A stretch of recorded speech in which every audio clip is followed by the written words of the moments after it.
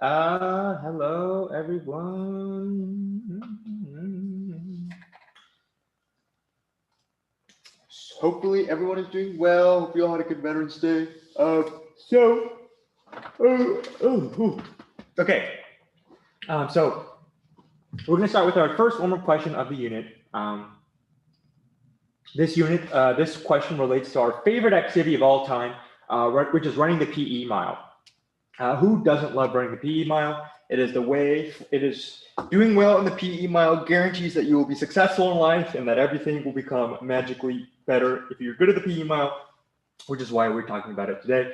So in a PE mile, you run 4 laps total around the track, and each lap of which is 400 meters, and you start and end at the exact same point, which is the starting line / finish line. So the 2 questions for you are: what is your total distance traveled, and what is your displacement? In other words, how much distance you travel in total, what is your displacement? If you remember what displacement is, the displacement is just the difference between your starting and your ending position.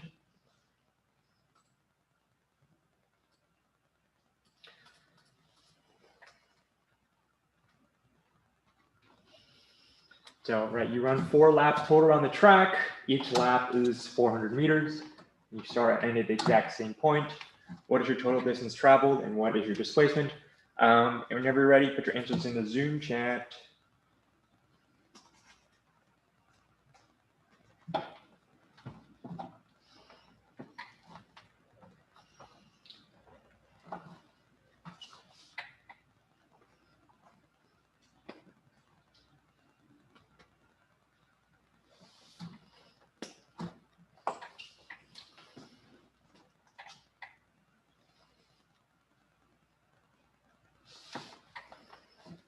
For those of you just joining us, our warm-up question today relates to the PE mile. So in a PE mile, you run about 4 laps. You run 4 laps total around the track.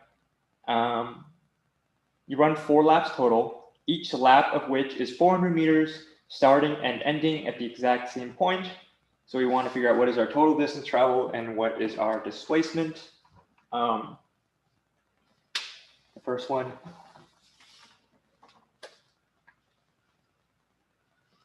If you do track and field, like I did in high school, you have an advantage for this question because you know how long a mile is in terms of meters.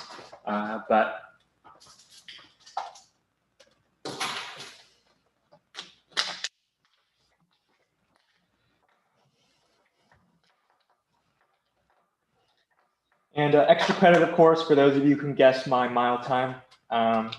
If you can guess my mile time, you get 1,000 points of extra credit and an A+ in this class, if you can guess my mile time correctly. But again, for those of you just joining us, in a PE mile, we run 4 laps around the track, each lap of which is 400 meters, starting and ending at the exact same point. What is your total distance traveled, and what is your displacement? Let's figure that out. Ooh, George, 547. Ooh. I don't know if I should be. I don't know if that's a compliment or an insult. We'll see. So we got a lot of good answers so far. We got a little bit of variation between everything. We got Diana with another answer on how fast she thinks I can run the mile. I don't know if that. Ooh, all of these answers. I don't know if I should feel flattered or if I should feel insulted by these. 656, 536, 647, 7 to 8 minutes. We'll take another couple of minutes to try to work this warm-up problem, and we'll take another minute or so for people to keep guessing my mile time. 15:35, 10 minutes, 12 minutes. Wow. I just, I can walk a mile in 15 minutes. So, but that's good. That's good. 15 minutes is a great guess. 6 minutes, 10 minutes, Diana. Diana, I think 10 minutes is a little fast for me. I am getting up in my ears. I think 15 minutes is probably more accurate to what I'm capable of. Next year my bones are going to fall apart and I'm going to be running a 25-minute mile. So 5:45, we got 4:55. LMAO from Diana. Yes. I know you think I'm old. So I know you think I can't run anymore. But I will have you know that, hey, I still run. somewhat frequently. Okay. First off, I will go through the warm-up problem, and then I will reveal my mile time through all of you, and then you can either be stunned, you could either laugh at me, or you can be very impressed. It's up to you. I think it really just depends on how old you think I am. Like if you think I'm like 75, then maybe 15 minutes might be good. If you think I'm like, not 75, then maybe it won't be as good. It's probably like 20 minutes. Ooh, George, that's a good guess. 20 minutes. 20 minutes is pretty fast, I think, for someone like me. Okay, so let's take a look at our first question here. Let's figure out our total distance traveled. Okay, so first off, so I hope that all of you have run a PE mile at least once in your life. I designed this question just so you have this advantage. So if you run a PE mile in your life, you run 4 laps. You run 4 laps. Each lap is 400 meters, right? So each lap is 400 meters. So if I run 2 laps, that's 800 meters. If I run 3 laps, that's 1200 meters. If I run 4 laps, right? 4 laps times 400 meters. So I run a total of 1600 meters total. Right, that's just because each lap is 400 and I run 4 laps total. So I ran total 1600 meters 1600 meters total. And then if I draw a track like this, right, you're starting here and you go around. And if you start and end at the same spot, right, your displacement goes 0. So this is actually very important, and this is something that I want you to burn into your mind, that if you start and end in the same place, your displacement is 0, but your distance may not be 0. So in this problem here, each lap is 4, I ran 4 laps, each lap is 400, so I just multiplied 4 by 400 to get 1600 meters total. This is actually a track event, 1600. So bonus points if you did this event like me, the 1600 meters. So that's actually what we call the mile in track. We call it the 1600. So that is how long you run, and then you start and end in the same place. Your displacement is 0. So hopefully that makes sense. Last but not least, the long-awaited my mile time. So my best mile, which I ran in high school, but I also ran this again a couple years ago. My best mile time is at 4:58. 4:58. So for those of you who said 15 minutes, you're pretty close, maybe off by like 10 minutes or so, but that's right in the within the right ballpark, right? It's all about, good guesses. So I'm very proud of all of you for guessing my mile time. I think people don't realize that teaching is all about just a way for us teachers to flex on all of you about all of our interesting lives. So I'm just here to flex on all of you. But more importantly, it's just more to give a shout out to my track and cross country people, because that's what I did in high school, and I like cross country and track. Okay, so that's for our warm up today.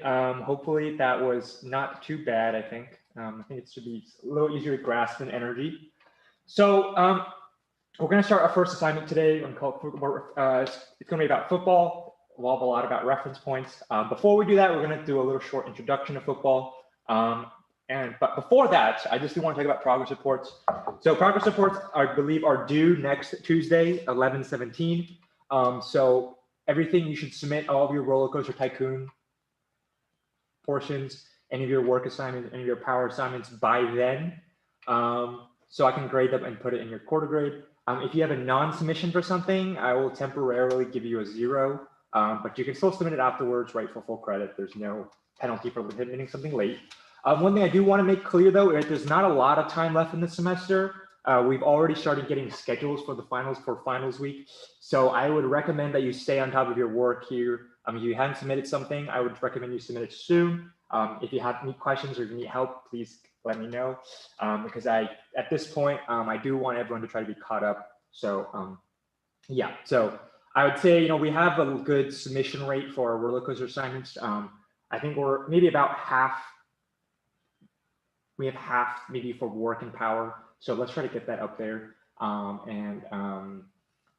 hopefully that way we'll have everyone in shape for our last month of this semester. Anyways, okay. So does anyone have any questions about the warm up or about quarter grades? Or not quarter grades, progress report grades. Oh yeah, I just wanted to make sure by quarter grades you mean like the halfway through the second quarter part thing. Yeah, right? Yeah, I meant progress report grades. Yeah. Okay. Yeah. So yeah, progress report grades. I've already started putting in some letter grades on Canvas. I've not put in everyone's letter grades. I put some in. Those again are still temporary because if you submit something, I may regrade something. But I put in some letter grades on Canvas so you can sort of see where you are. If I haven't put in a letter grade for you, it probably means that you haven't submitted something yet. And so I'm hesitant to put in a letter grade for you right now. But again, please submit stuff so I can keep your grades updated and you can see where you are. If you don't, does anyone have any last minute questions about the warm up or about quarter grades or about my very interesting life? Wait, what did you say your mile time was? I missed it. It was a 4:58. 4:58. 4:58. You ran a 4-minute mile time, dude? I ran a 4:58. Yeah. Okay, I see you with the wheels. The wheels. My goodness. Yeah, I know. I really like it when y'all flatter me. It makes me feel better about myself. It's also better for your grade, right? If you flatter your teachers a lot. Anyways, so one day I'll tell you more about my very interesting track and running career. But for today, we will be focusing on a little bit more on physics. So before we start our assignment, I do want to sort of introduce a little bit about football because a lot of this sort of stuff is going to be, at least a couple of our assignments are going to be sort of based on football because I think football is a good way to visualize a lot of distance and displacement. For example, the football field is literally marked out in meters. So I think it's good to I think it's easier for people to visualize what's going on. And so to sort of talk a little about football, I asked one student in our class who's a football player if he's interested. So Jojo, did you feel like you're ready to sort of talk a little about football?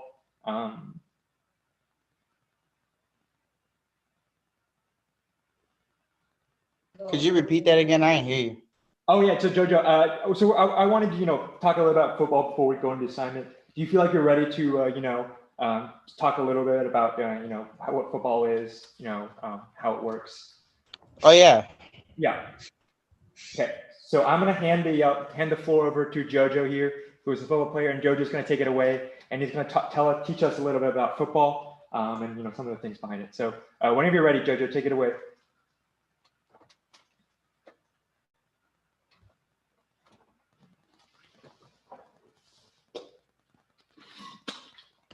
Okay, so football is a 11 sport game that's played by 11 people on the field, and one person can have the ball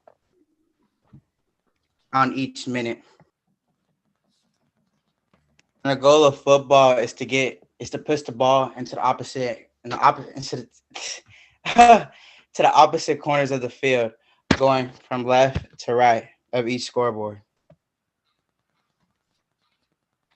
And the offense's job is to get the football into the end zone first, and the defense's job is to stop the offense from getting into the end zone. And that's basically the point of the game.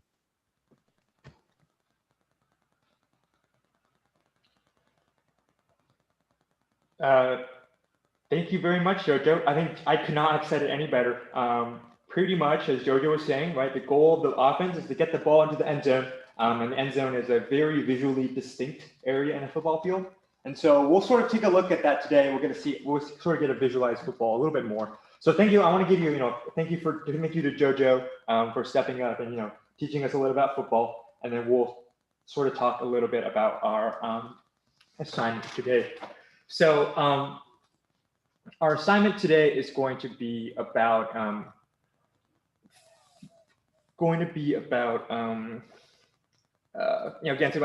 football. So on Canvas, there is an assignment called football reference points. So that's going to be our first assignment for this unit. I'm putting it in the Zoom chat right now, and then I am going to. So that's the link to the assignment that we're going to work on today. You can open it in the Zoom chat. It's also on Canvas. So before I talk a little bit about the assignment, I do want to just sort of go over some group work guidelines here, just because this unit is going to be more group based. These assignments, they're all, everyone's going to get the same answer here. So I do want to encourage everyone to work together for this. And so that's why I sort of asked you for what groups you want to be in. I put you in those groups. So I'm going to sort of go over some group work guidelines, because I think group work, I've been a little hesitant to do group work. I personally love group work, but group work is very hard to do over Zoom. And so I've been, trying to figure out what the best way to do it is. And so these are some guidelines that I'm going to try to, maintain to sort of encourage good group work.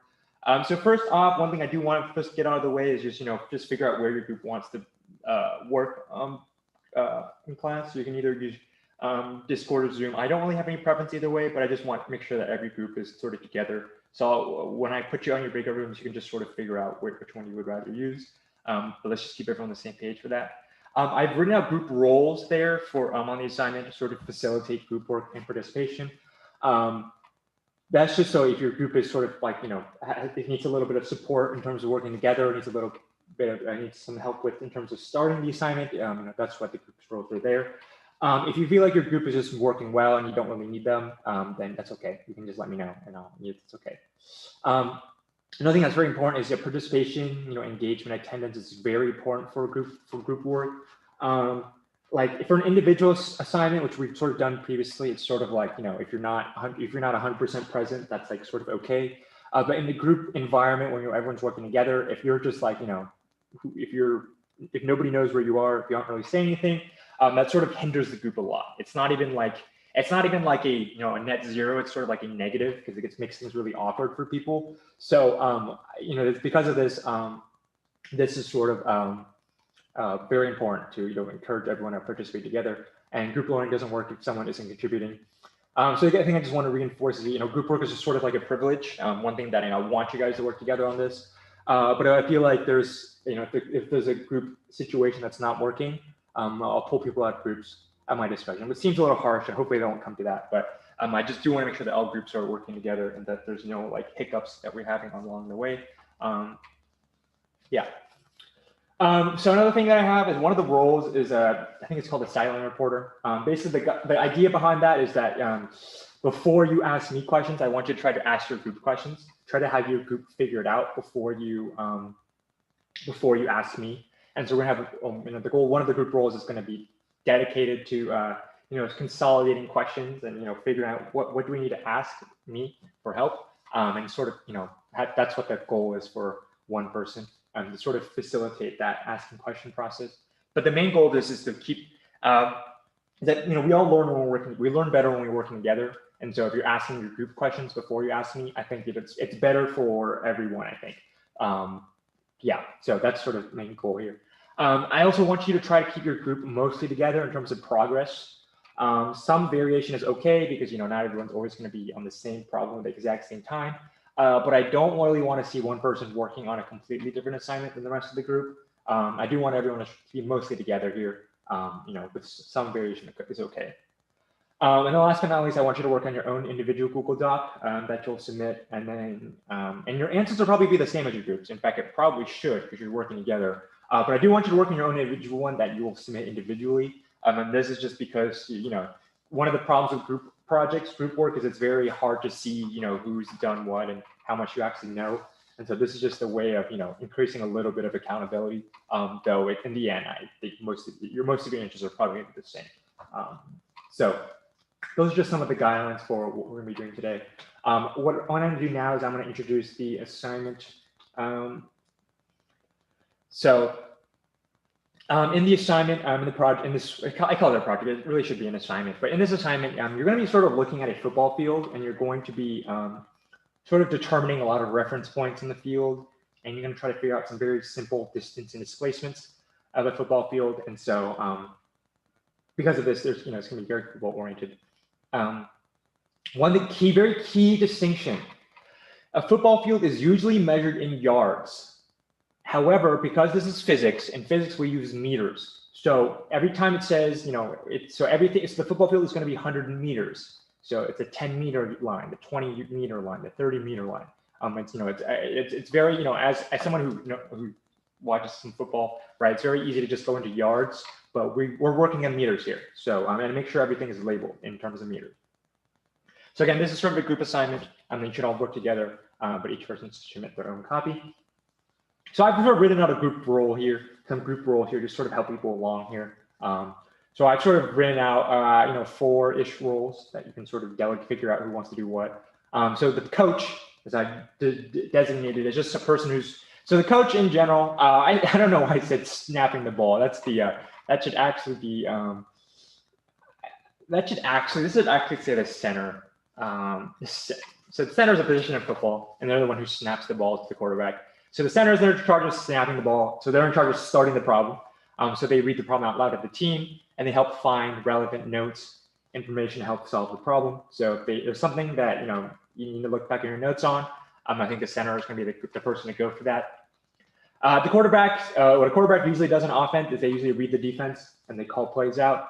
And so, and they're sort of a natural leader of the team. And so the quarterback in this context of this project, or this assignment, is going to be, they're going to be sort of a leader. They're going to try to make sure that everyone sort of knows what the problem's about. Make sure that everyone is sort of knows what the problem's about, and it's trying to facilitate some sort of discussion, so that way everyone's getting a chance to participate and share their thoughts here. This is going to be a very tough role. Zoom is very tough for group assignments and group learning, so this is going to be a very tough role here for a quarterback to try to make sure that everyone is participating actively. We have a scout, so they're in charge of. NFL scout is someone who scouts out opposing teams, or they scout out people to draft. In this case, a scout, they're just going to be writing down information being discussed by the group. So by writing down, I mean like when you're sort of discussing everything, like if you have a bunch of information, a bunch of answers you want to write down, the scout's the person to do that. They're just sort of like a recorder in a sense, and you see roles in other classes.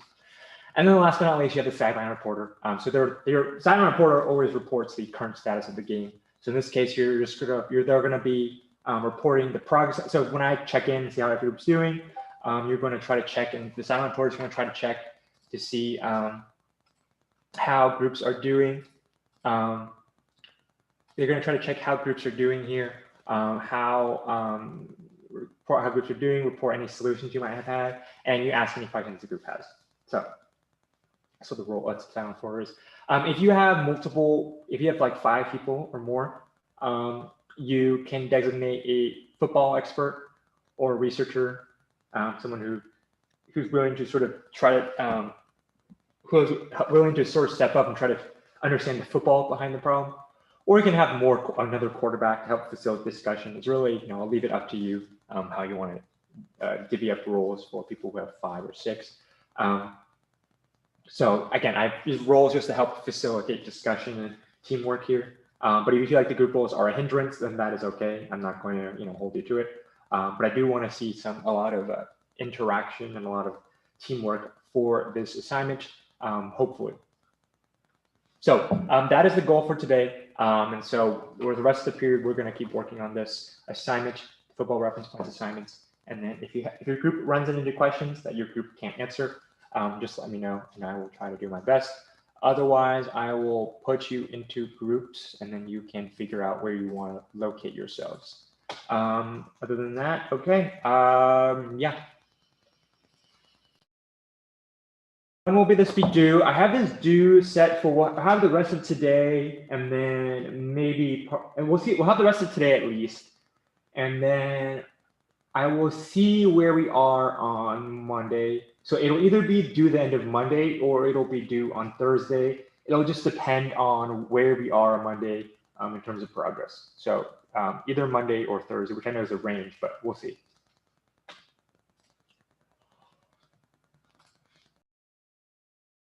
Thank you. Thank you.